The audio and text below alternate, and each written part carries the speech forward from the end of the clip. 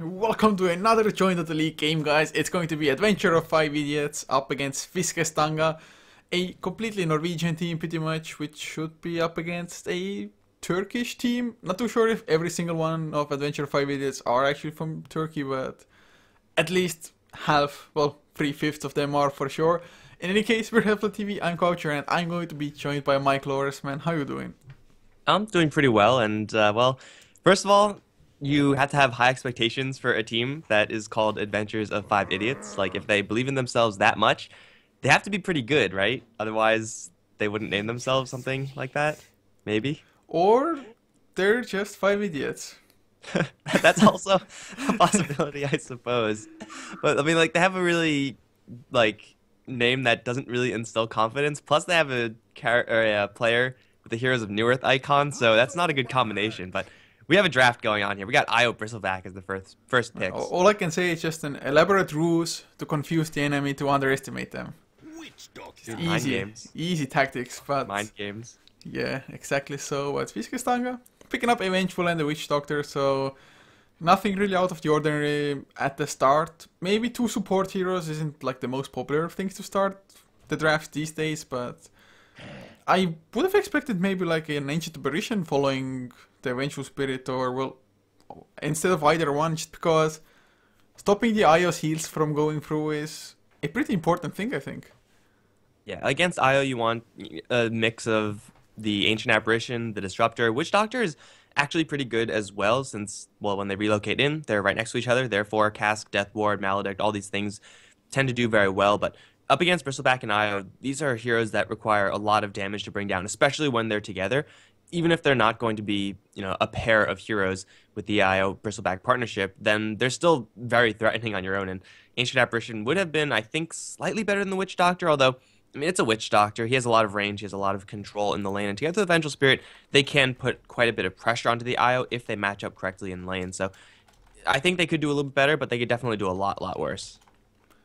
Yeah, I have to agree with that one at the very least, but of course they can still go for any kind of cores, although Axe is banned out. Axe would be excellent against Bristleback just because you can force the Bristleback to face your way. Suddenly damaging him is a hell of a lot easier. There's a tiny chance of going for a Legion Commander, I guess, as well. Like, Legion Commander into Death Ward might be easy kills. Do you think Legion Commander would be even viable, though, up against, like, an Io Bristleback? Yeah, I think it's actually reasonable. You probably aren't going to be dueling the Bristleback anytime soon, but catching the Io when he arrives in his relocate with the duel, or catching an Io whenever with the duel, is most of the time going to result into some kills unless, there's a Shadow Demon or an Omni Knight on the enemy team or something like that, which is a possibility, but you obviously don't see that right now. But yeah, Legion Commander versus Io is definitely something that you would want to have as the matchup, if at all possible. But for right now, Drow, Brood, going to take the ban from Adventures, and from Fisk, it's going to be the Viper and Tiny, so definitely showing a little bit more respect towards the possible Io combos. Man, all I can hope for, as pretty much every single time I see an IO, is that there's going to be a Chaos Knight. Yeah. Especially with the Tiny being banned out, but it just happens so rarely. Maybe they're going to leave it like as a 5th pick when Stanga, if their lineup doesn't have enough AoE, Chaos Knight can be a massive force to be reckoned with. But we'll see what Adventure wants to go for. I mean, they need another support. Anything with stuns would do. Something like a Lion might be a possibility here. Yeah, grabbing a Lion is rarely going to let you down, and when you have a hero like Io as already one of your supports, unless you're going to do something real weird and putting him in solo mid position, you need a support that could actually pick things up, or they could also go full shields up. Between Dazzle and Io, Fisk are really going to regret not picking up that Ancient Apparition. There's going to be a lot of things to deal with, and it also makes that potential Legion Commander pick down the line a lot worse.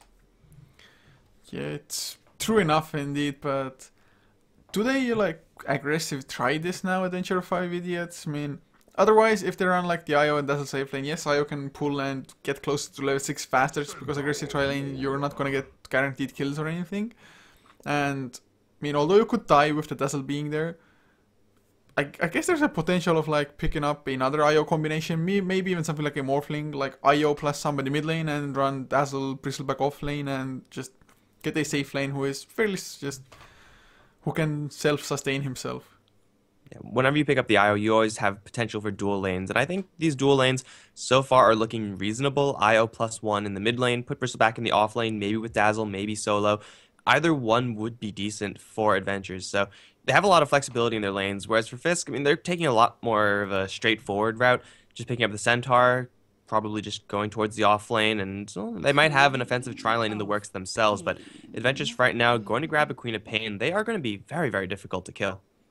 Oh, certainly so, but then again, they do have a pretty reasonable amount of lockdown as it is. Like you brought out earlier, Witch Doctor's Paralyzing Cask is excellent against IO just because he's going to be close to somebody, or at least when he comes in from a distance with the tether to try to save somebody, it might hurt him a little bit more than it helps sometimes.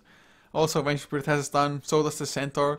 So all they really need is like a setup stun, and if Centaur has his blink, Queen of Pain might be in a little bit of trouble, and if this Queen of Pain doesn't get off like to a super great start, I'm afraid that she might be forced into like a first item BKB, and whenever that happens, usually the team with the Queen of Pain tends to lose the game just because there's not enough firepower coming out of the hero or just somehow falls off.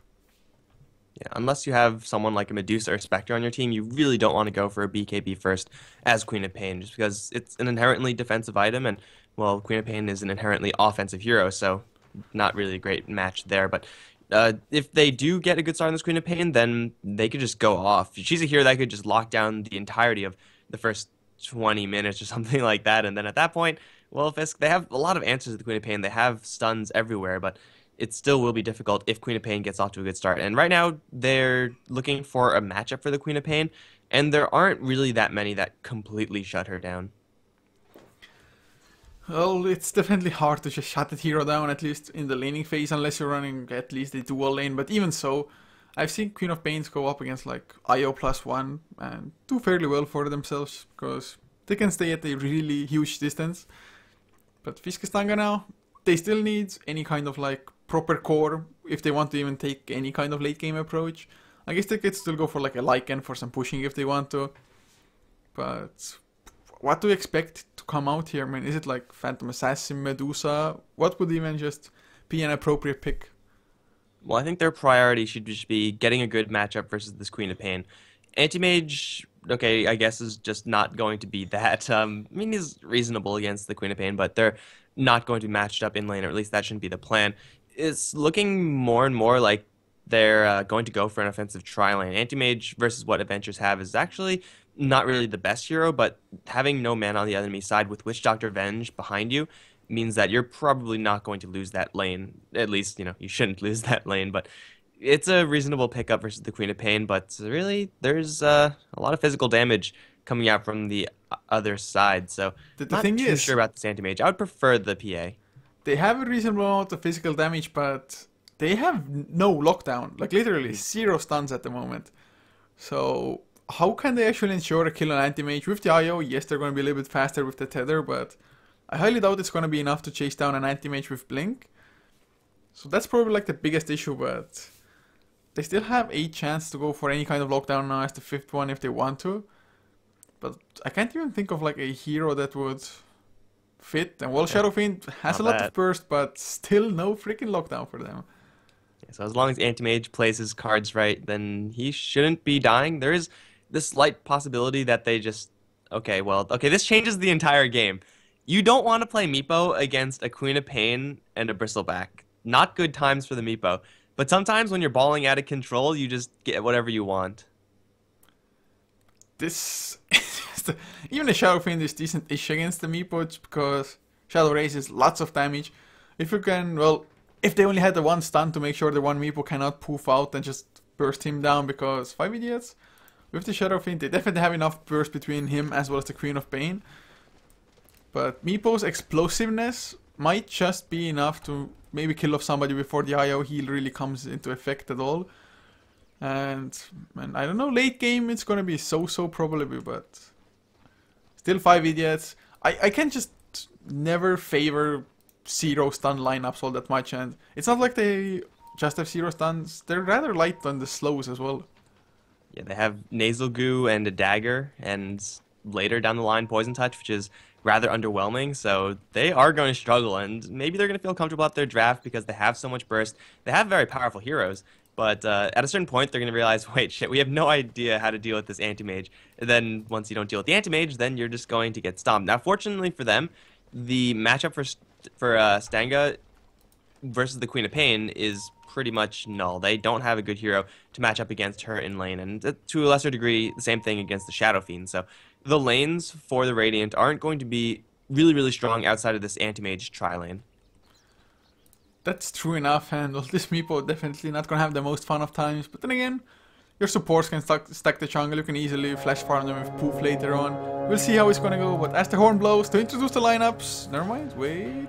Well, anti-mage should be fine for now. Bounty runes will be picked up from one side each.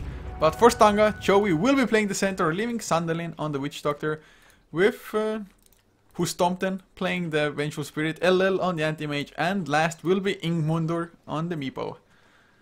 I don't like these names, dude. I do not like these names. But on the 5 Idiot side, we got Klansky playing the Shadow Fiend. MDL is going to be handling the IO. Looks like he's going to be joining RNT's Bristleback down on the bottom lane. Up towards top, we got a dual lane of Permafrost's Dazzle and Shinra Tensei's Queen of Pain. So it's going to be a fairly locked down top lane. There's not really much that Centaur could do at all versus these two heroes. Or, yeah, even just Queen of Pain will not be a good matchup for Centaur. Yeah, most certainly not as bottom lane. They might even go for Witch Doctor, and then my Bristleback will be backing off for now. I thought maybe just with a few more quill sprays they might even get the kill. I mean, there's no paralyzing cast, they saw the Voodoo Restoration coming out. And although it's a pretty cost efficient heal early on, I don't think it would have been enough in the long run, and they would have had so much time to chase him down. But then again, they are up against the tri-lane, so they're just gonna play it safe. Just get the guaranteed XP and just not go in too deep, because it's hard to go aggressive when you're in a 2 versus 3 lane early on. If the first blood has already been drawn elsewhere, maybe you're gonna go, but the threat of giving away first blood maybe is a little bit too high. You really don't want to be trying to dive these heroes when they have Voodoo Restoration, when you potentially will have to deal with Mana Break a little bit down the line. They definitely know that Anti-Mage has Blink, so they don't have to worry about that yet, but Mana Break is going to be the most threatening thing in this lane, outside of the stuns, of course. You don't really want to underestimate crowd control, but Bristleback with no mana, even though he may have an IO bottling him up behind him, just means that Anti-Mage is going to be doing more damage, and Anti-Mage with Mana Break is a very high damage hero, so this bottom lane for 5 Idiots, they're going to feel pretty comfortable for now, but at a certain point, given level 3 or 4, they suddenly can't stay in lane anymore. And now Vengeful will run into the IO, even Roshan comes in, wants some, smacks the IO once, he even got the bash I believe, and well, 2 bad magic missiles on cooldown, even then IO might be in some trouble. Nobody came close enough to, oh, Anti-Mage blinks in, no, don't feed first blood to the Anti-Mage. Well, Roshan isn't supposed to go out that far out of his cave. He went really far, man. That was like super aggressive from Roshan. The hate against IO is real. No one likes playing against IO, including Roshan, but it's going to be first blood drawn by LL, and he's going to get into a little bit of trouble, but he will blink out, but then walk right back in. That's not where you want to go. He has 6 stick charges, though, so he should be fine. Voodoo Restoration is kind of there. He will have another blink, but I think, yeah, with another salve, he should be fine. No, another Quill Spray will kill him off. And maybe Sunderland should have rejoined with that Anti-Mage, but Anti-Mage, with that very long level 1 blink cooldown, is going to be on the receiving end of some quills, so 5 Idiots get a pretty large break by killing off that Anti-Mage.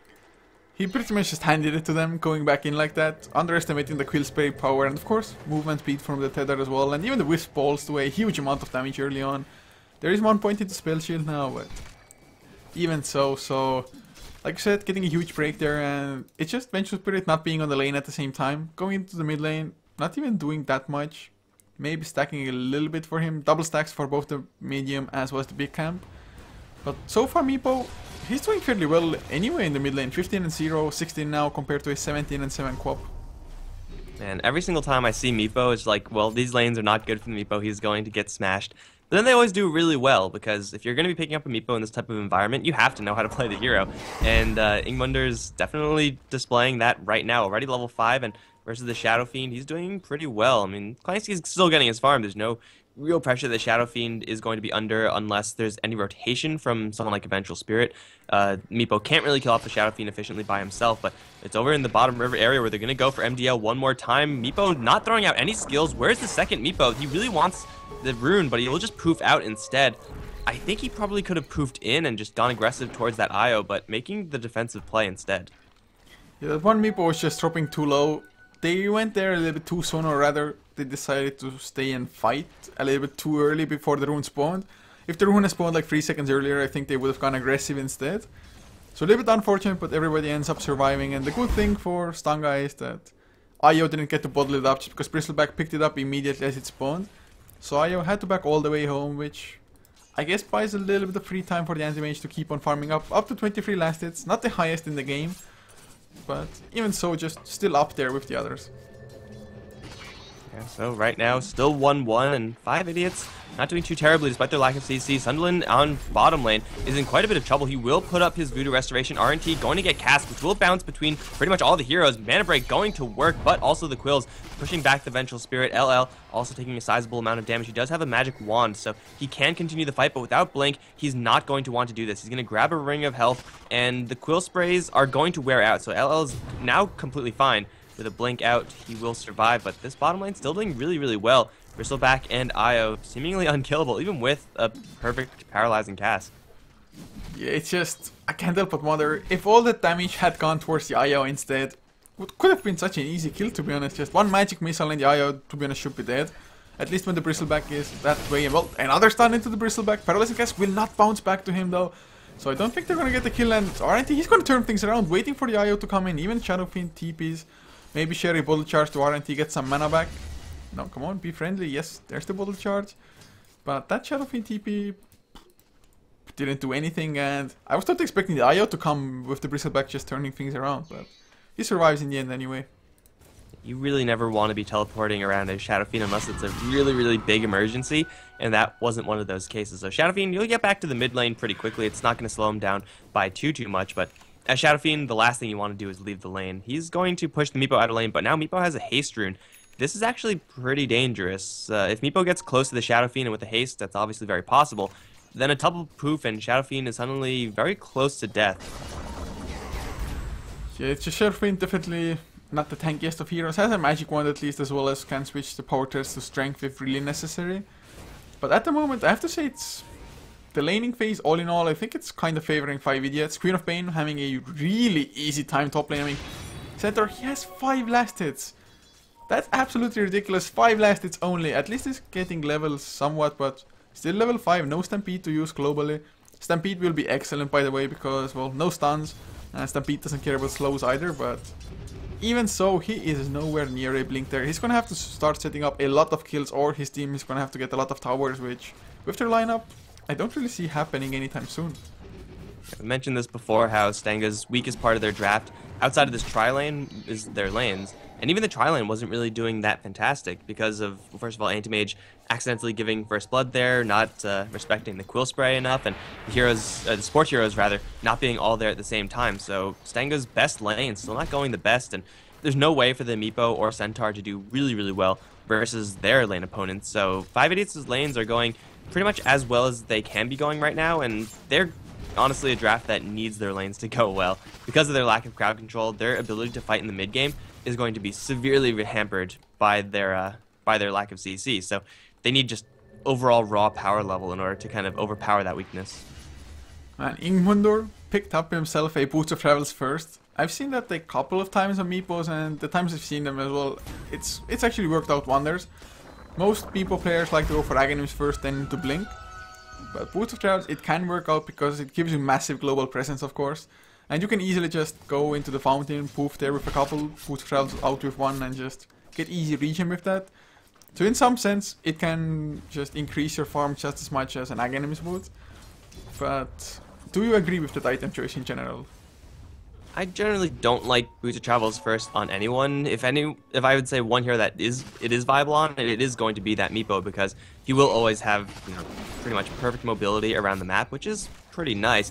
That being said, Aghanim Scepter I think is just such a better item. Like, it's an item that is just 100% a necessity for Meepo, and delaying it is just going to be too risky. Down towards bottom lane, Vengeful Spirit in a lot of trouble. A couple Quill Sprays will get this kill. Or actually, just one Quill Spray will get the kill. Here comes the Centaur. He does have a Stampede, and they're going to charge forward, looking for that Io. They will double edge, get the kill. Now looking for that Bristleback. Stun from the Witch Doctor, a little bit out of range, but now he is in range. Stun will be thrown, won't bounce a single time, though, and RNT will be just fine.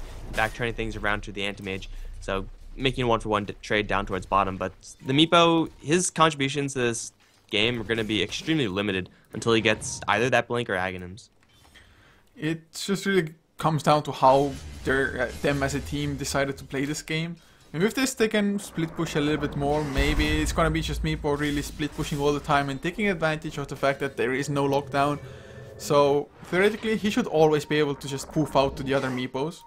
Unless all of them really are in a bad position. But even then, Boots of Trials might just be enough to get you to safety. And with that, maybe they're hoping to create enough space for the anti-mage to catch up on farm or pull ahead in farm. We'll see. At the moment though, still for Stanga, I think the biggest thing is they need this blink on the center to create the space necessary for the anti-mage. Anti-mage isn't doing too terribly right now. I mean, he's not farming on top of the charts, but he is, you know, 2,000 gold in the bank. He has a Ring of Health already, so grabbing the first sword is not going to be too far away, and second sword is also going to be relatively close. So anti-mage is pretty much where he wants to be as far as his battle fear is concerned. A little bit of a rough start given his laning situation, but anti-mage doesn't really need that much help in this game. And it seems like Stanga, they're okay with playing this extremely slowly. I mean, you don't really go for Boots of Travels Meepo unless you want to play a game slowly. I'm just a little bit afraid for them still, just because this Bristleback has a Vanguard now as well. As the power test finished, they're gonna need so much to actually kill that hero, especially if the IO should be backing him up with bottle charges and everything.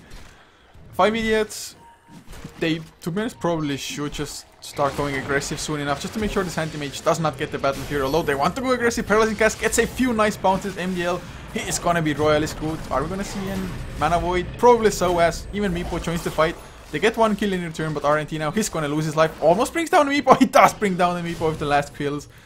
So in the end, a 2-for-2 trade, and kind of an even one in the end.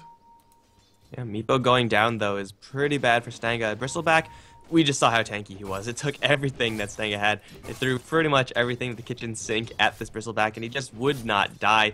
They're going to try to go for Clancy over in the mid lane in the meantime. He has a Yule Scepter, though, so the chances of him dying right now, very, very slim. But overall, still a 2-for-2 trade, and 5 idiots are going to be pretty okay with that, though. Honestly, a little bit surprised that they didn't teleport their Queen of Pain or someone else into that fray. They're going to go for a fight over in the mid lane. Joey, on the retreat now, is going to be just fine. Sunderland also relatively low, but here comes the Meepo. This will force everyone else back, but man, they're just buying so much space for this Queen of Pain. At a certain point, Tensei is just going to go out of control, and that point should be once she picks up her Orchid, which is not too far away. Man, that's gonna be really fast timing, especially now that you got the tower last hit as well.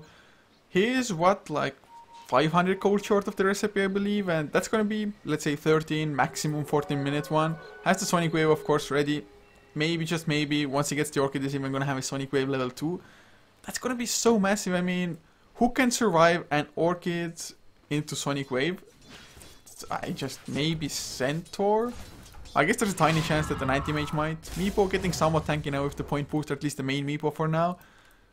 But man, that's gonna be a massive amount of burst, and with the sustain of Bristleback just quill spraying through, they are gonna be pretty scary, and to be honest, they have to hit that timing window as well. Otherwise, Stanga, with the Meepo, with the anti-mage, they're just gonna be farming faster in general, I think.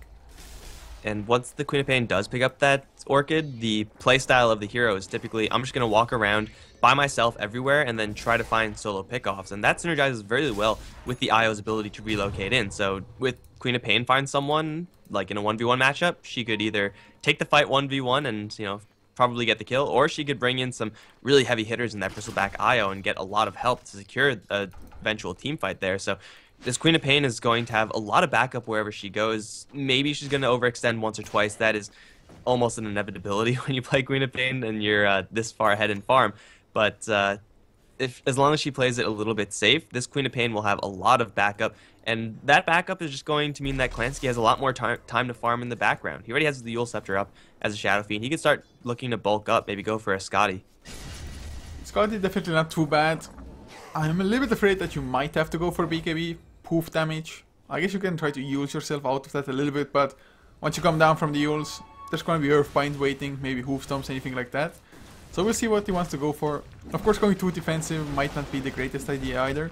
Queen of Pain, same story, might have to go for a BKB, although then again, might just go for like an Aghanim Scepter, continuously blow people up. But they are going towards the bottom lane, want to get the tier 1 down, and Stanga may want to stop this, but then again, Venture Spirit, only level 4. 14 minutes, and that's pretty horrible. Witch Doctor also doesn't have that death ward yet. Do they want to go mid lane? Never mind, Klasniki is on his own high ground, but RNT, I think, with just a little bit of time, he's going to get the tier 1 down here, and Stanga doesn't look like they care. You have to send 3 heroes at the very least if you want to kill off this Bristleback, or just have the Bristleback dive a tier 2 or something like that. Shinra's going to run straight into this Vengeful Spirit. Dagger will be thrown. Scream 1, Scream 2 will miss, actually. Sonic Wave completely off the mark. And that will be the survival of Vengeful Spirit. Here comes the Anti-Mage up the high ground. Stampede is there. It's going to be Permafrost to take the nets. Relocate in from RNT. However, going to do a lot of AoE damage as Permafrost does brave himself to survive a little while longer. And it looks like he will go down at the end, but it will be even trade for the Meepo.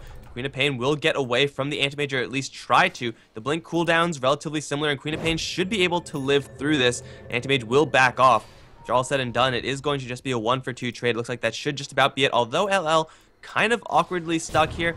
He does not have to worry about any crowd control on the other end, though, so he will be fine. And 5 Edith's going to get away from that. Going up the high ground, always dangerous for Stanga, but they had such an overwhelming numbers advantage. I would expect them to do a little bit better. I mean, what can I say? It was, first of all, 5 Idiots. It was all a bait. That Sonic Wave missed on purpose. It was all to bait out the Meepo. Just guaranteed, man. Calculated. Ganks or miss, I don't know, but in any case, definitely nicely done. Only losing the Dazzle there, getting the Meepo in return, and Meepo still working towards his Aghanims, although only 500 gold away, so it's not that far. Then again, 5 Idiots heading into Roche now, just with the 2 of them, Bristleback as well as Klasniki, but even 1 point into presence of the Dark Lord already might be enough with the -3 armor, and of course the Goo stacking up. SNY with this almost gonna be complete as well for the Bristleback. So they're still getting their items, their 2 cores, still farming up, as is the Queen of Pain, although does drop down now a little bit.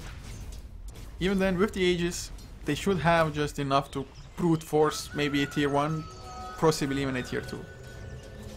Meepo doesn't quite yet have his Aghanims. He's very close, but with this Aegis, they will be able to make some sort of play as a group. Either that or just have Shinra Tensei go up towards top lane and go towards Joey. There's no Sonic Wave, so there's no chance of it missing. This Orchid won't quite be lethal, although I don't really think Joey has much of a plan here. He will go down in the end to that Queen of Pain. Now with 1 fewer hero to deal with, 1 less Stampede to worry about, they are going to go for Meepo over towards the mid lane. Requiem not going to be charged up, actually. Clancy in a little bit of trouble, but here comes RNT with a large amount of damage with help of those IO balls. He'll take 1 kill, now going straight towards Sunderland, who's going to get almost 2-shot by this Bristleback. They're going to chase forward for this Vengeful Spirit as well. Lots of minus armor is there, and RNT cannot be stopped right now. No Goo just yet. He does get it off finally, but the Shadow Fiend is going to double raise. Somehow RNT stole a triple kill out of that. But 5-10 right now, and 5 Idiots are just charging forward, and Stanga, they have no front line, or at least no substantial front line to hide behind. Yeah, it's also this Meepo, I mean, went for Boots of Travel yet. Not really going for the massive split pushing or anything like that, or not even focusing on farming up the jungle, just staying in lanes, joining fights, yet without the Aghanim Scepter, he's pretty damn squishy. I mean, at least every Meepo apart from the main Meepo, rather easy to be brought down, and 5 Idiots, they're taking full advantage of that. Yes, they may not have lockdowns, but they're just gonna kill people so damn fast, and LL, oh god, he goes down before his own TP really makes it out. Should have tried to blink into the trees and then TP, something like that. Anti-Mage just trying to TP out at the tower. A little bit too eager maybe, and although Anti-Mage got, I think, a 13-minute Battle Fury after that, hasn't gotten that much. I mean, it's not a little, but it just can't be compared to the Bristleback or the Shadow Fiend. And this Queen of Pain is just starting to get the ball rolling. 1-0-2, and well, she's going to be delivering some serious pain towards the Stanga side. And they still have this Aegis, so go for another tower. Why not? Stanga, they're going to try to take a tower up towards top, and it's pretty much already dead, so that's probably going to be pretty easy. But trading a tier 1 for a tier 2 without the substantial ability to defend, and Stanga, they're on the back foot right now. They need this Anti-Mage to step up and farm, or this Meepo to step up and do something, but I don't really know if that's going to happen anytime soon. Relocate up towards the top lane. It's going to be the Shadow Fiend and Io. That's not really a great combination. Io's going to get obliterated. Now Klansky is in a lot of trouble as well. He's going to try to channel his Requiem. Will kill off the Meepo with his Death Requiem. That is not a good relocate. You don't take a Shadow Fiend out like that. I have no idea what the plan was. They must have expected only the Meepo to be there. Maybe they thought everybody will back off straight as they see that relocate and leave the tower to be denied.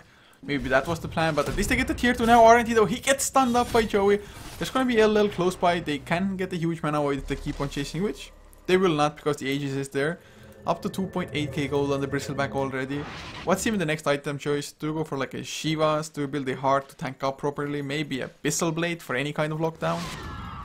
I'm actually liking the AC right now for RNT. The physical damage of Stanga isn't really the highest to worry about, but just getting more minus armor for the Bristleback is going to be fantastic. Like, we already talked about how they have the Dazzle, both the Weave and the Shadow Wave for physical. They have more and more points of presence of the Dark Lord. In fact, it's maxed out right now.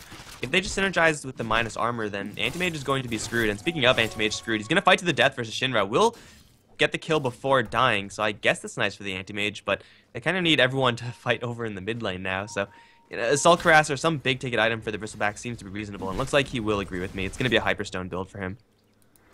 It's definitely not a bad choice for all the reasons you already mentioned. Also makes the pushing just that little bit easier.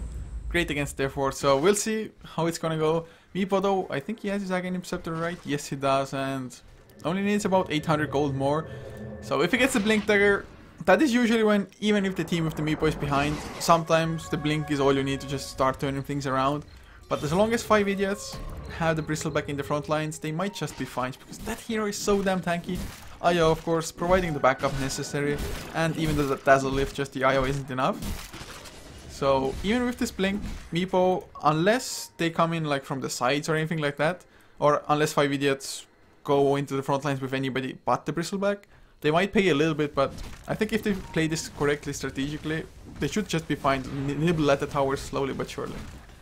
They just have to make sure that the Shadow Fiend is not going to get hoof stomped upon. If the Centaur does somehow connect with that, then that's a pretty bad scenario for 5 idiots. Otherwise, they'll be fine. RNT is going to get netted to the floor. He's not going anywhere anytime soon. You could pretty much lock a hero down forever if you just cycle out those nets correctly, but there's no real point in doing that. They're just going to charge to the high ground. They still have that Aegis. They really want to get value off of it. RNT, though, is awkwardly stuck now forever. You can never leave. Yeah, he took like one step away from the tower as well, so he could have spent all the time at least attacking the tower himself, which he didn't. And of course the Aegis was so close to being reclaimed, he didn't want to take the chance of just dying there. He tried to run away with all his might. But now gets the regen effect of the Aegis, back to full HP, doesn't have the second life, but there's the jumping classic. He gets stunned, he gets brought down immediately, or does he? Nope, Shallow Grave for the rescue, although he gets thrown up. So no Requiem of Souls, or he's gonna channel it, he's gonna get it off as well. The Death Requiem might kill somebody, yes, Meepo does go down. Although Queen of Pain also dead, LL trying to fight but blinks out in the end. Almost dies to RNT, but not quite, so in the end, a 2-for-1 and Stanga do come out ahead. They come out ahead because they get the initiation on the correct target. Shadow Fiend and Queen of Pain, I guess, they do a lot of damage, but they're very easy to bring down if you manage to open up with some crowd control. And the blink into a hoof stomp, a surprise initiation there from Stanga, and RNT was very far back for whatever reason. It was pretty much the exact scenario that you were describing before. If Bristleback is in the front, 5 idiots will be fine. If for whatever reason he's not in the front, then they're going to be running into some trouble. And Queen of Pain just a little bit short of her BKB means that she doesn't really have much protection versus the Stanga side, and the Eye of Scotty, or the second ultimate orb even, not there on the Shadow Fiend, so he's still very easy to bring down. 5 idiots just get out of position for just a moment, and then Stanga jump and make a decent fight happen. They're going to need 1 or 2 more of those decent fights though, because they are still very far behind. Yeah, with gold for sure, about an 8k advantage still goes in the favor of 5 idiots. XP though, getting pretty damn close to the 0 mark, about 1500 still though. But suddenly Anti-Mage is gonna have his Manta style finished now, or does he have it already? Yes, he does. So with that, makes it a little bit easier. With the Stampede, they get another kill on Queen of Pain. So once again, was trying to build up towards the PKB. Back to 0 he goes, or she goes. So also Meepo gaining some momentum now. Did go for a Ghost Scepter instead of a Blink though. It's so. Is it really an E-Blade in the making then? Well, E-Blade poof, is that a thing? I don't know if that's a thing, but up against 5 idiots, they have a lot of physical damage. Shadow Fiend's Requiem is going to be dangerous. Speaking of, down towards bottom lane, it's going to be just fine. Relocate support coming in, and Anti-Mage will be forced back, but Bristleback will do nothing versus that Ghost Scepter. Queen of Pain's Sonic Wave also is pure, so magic immunity, or the ethereal form, is going to be nice against that, but IO is going to jump right back into Meepo once again. Boots of Travel starting to kick in for the Meepos. He's just going to follow the IO everywhere, and just like that, Stanga, they have killed off 2 heroes. They're going to take down a tier 1 tower, and 5 idiots can't really make a great defense here. RNT does have the AC finish though, so it's a little bit easier for him to be on the front lines. Klasinki has himself the Eye of Skadi also. So if they get like 1 attack to slow somebody down, it might be enough, or just a Goo might do the trick as well. There will be a blink in 1 second from Klasinki. If he goes in, maybe a little bit too deep, Stun is there, he gets the Yule Scepter, no Requiem to follow though. Shadow Race does miss, never mind. Even the Stampede not enough, and suddenly, who stomped then? Vengeful Spirit, he is cornered, no force left to get to the high ground, and he's gonna lose his life. Shinra trying to kill steal, but failing, utterly failing. But Io still dead. He will come back pretty much just in time for this mid lane push. 580s can be going for a side lane. Right now, their side lanes are being split, pushed to hell and back with a traveling Meepo plus an anti-mage. That's kind of to be expected. So it looks like 580s, they're kind of putting themselves on a clock right now because they're deciding to ignore their side lanes. If they take Raxes, though, it's all worth it. And this is going to be something that Stanga are going to have to fight out. But they don't have Stampede, and that's going to be problematic. As long as Klansky stays within Shallow Grave range, he will be fine to get jumped on. He's going to get move stomped immediately, and it's not going to do that much because there's a lot of backup here. Ingmunder's going to come right in, however, right onto RNT. That's not the target he wants to go for. Sonic Wave through. Won't kill off anyone. In fact, the Vengeful Spirit swaps into the fray. Not a good idea. Bristleback still running really deep in, but he doesn't have to worry about too much. Shinra is going to take a lot of damage from that Mana Void. He will almost go down. There's the Grave to keep him up alive for just a little while longer. He will blink out just fine. RNT still in the middle of everything, doing a lot of damage with quills. Will try to kill off Ingmunder, but there is a net there to slow him down, but not enough nets. He will get the kill in the end. Now they're going to try to go for Elemental style. Will buy him a little bit of time. Move stomp a little bit too late to save the anti-mage's life. He does have buyback. He might have to use it right now because Ingmunder, he's going to want to go right back into the fight. RNT will go down at the end. Now Klansky also in a little bit of trouble. Netted to the floor. That is going to be another kill as Io is relocated back to the base. Did he just not bring anyone? It seemed like he didn't. He's going to come right back, try to tether his way out, but with so many nets, he will eventually die. End result, they kill off a tier 3. That is certainly not worth it, although pulling out a buyback in the Meepo is certainly very nice. These nets are just flowing, man, and every single time they're hitting, and just like that, he's going to jump down to the bottom lane and try to put some pressure down onto this tier 3. I don't know if it's going to be enough to actually take any Raxes, but the Meepo is getting some serious value out of these travels.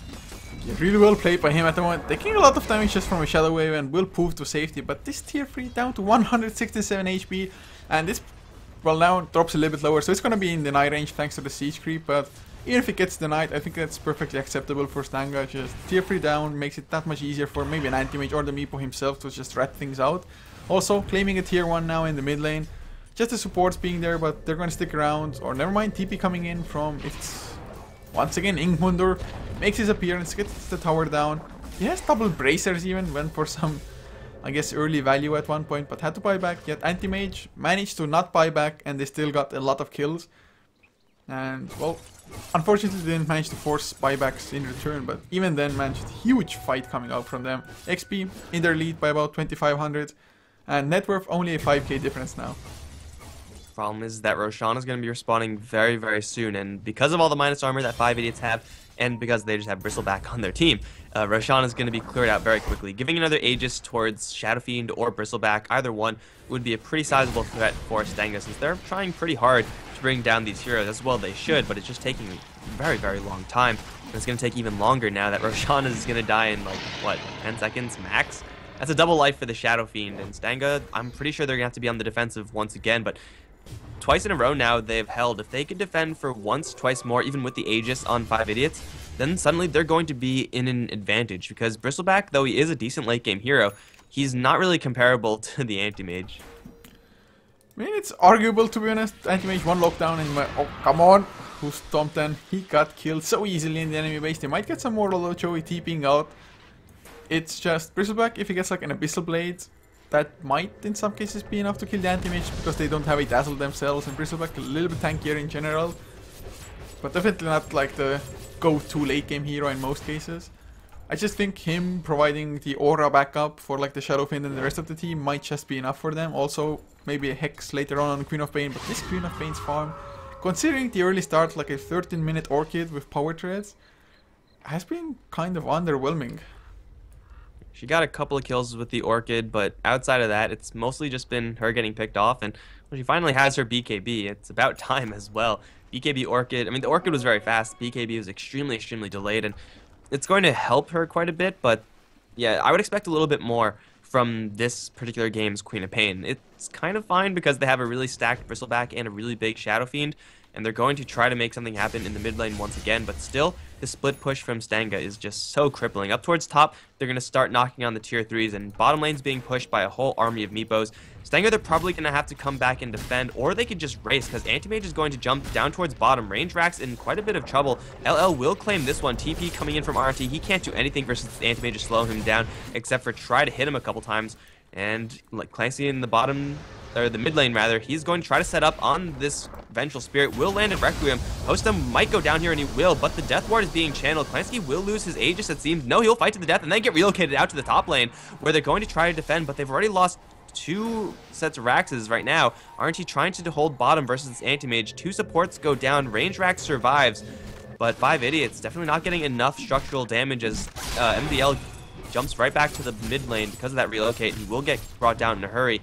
And so far, the structural damage of Stanga's base is nothing. They haven't lost much of anything at all. Meepo going to run into the Bristleback down towards bottom.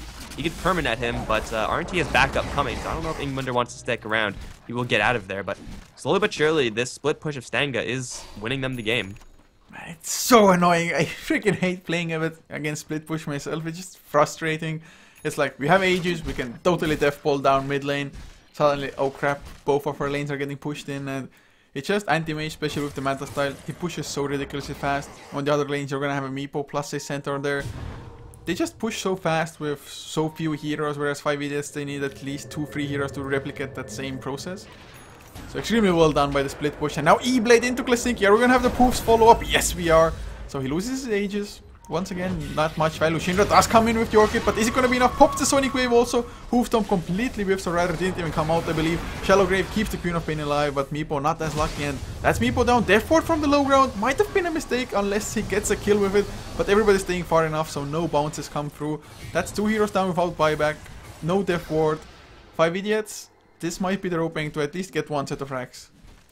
Man, Stanga just should have stayed on that split pushing idea. In a heads-up fight, they still have to worry about a really big Bristleback and Shadow Fiend. And with their split pushing, they're making it so that 5 Idiots' advantage is not really there because, again, they're lacking crowd control. With the split push of Anti-Mage and Meepo, there's really no chance that 5 Idiots can kill off these split pushers unless they really mess up. But when you go into a heads-up fight like that, you're asking for trouble, and that's going to result into probably this mid-racks taken with no Meepo to defend.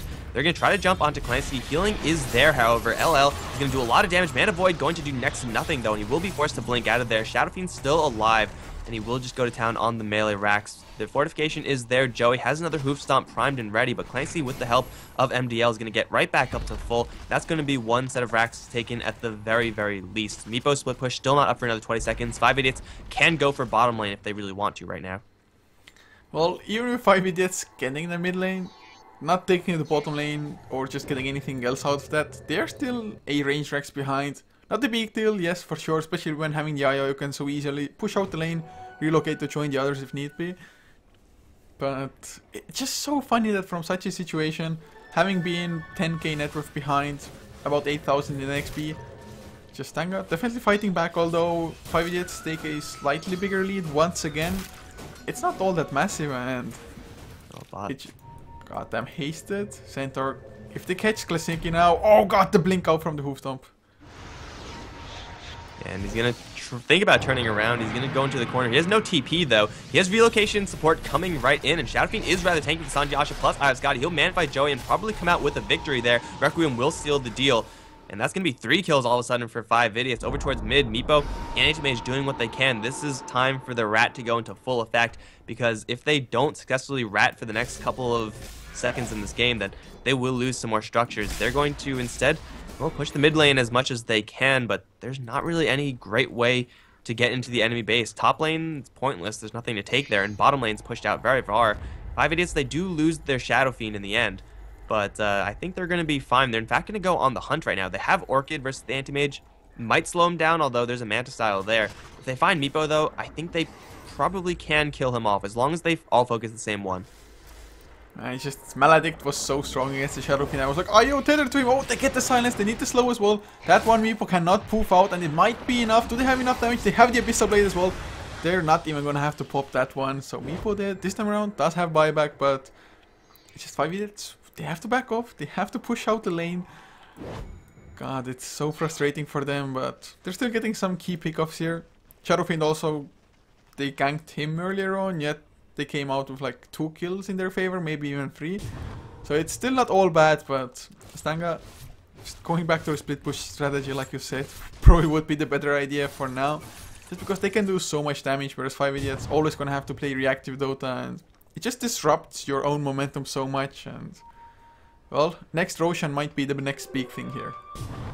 And 588's kind of dug this grave for themselves, like insisting on going and doom pushing the mid lane. It's sometimes going to work out, but not when you have to worry about 5 boots of travels on Meepo. You probably can't out push that ever. Meepo is just a really fast pusher in general, plus, well, he'll always be in every single lane at the same time. So 588's, by trying to go for those plays, have put themselves in a position where they're going to have to constantly worry about their side lanes. Mid lane, fortunately, is going to be pushing in their favor, so at least they have something going for them. They're not so far behind in the building race, but 588's, they have to worry about the split push. Like, they're all on the bottom lane. They're just not going fast enough, though, because look at top lane. Here comes Meepo. The Centaur's already there.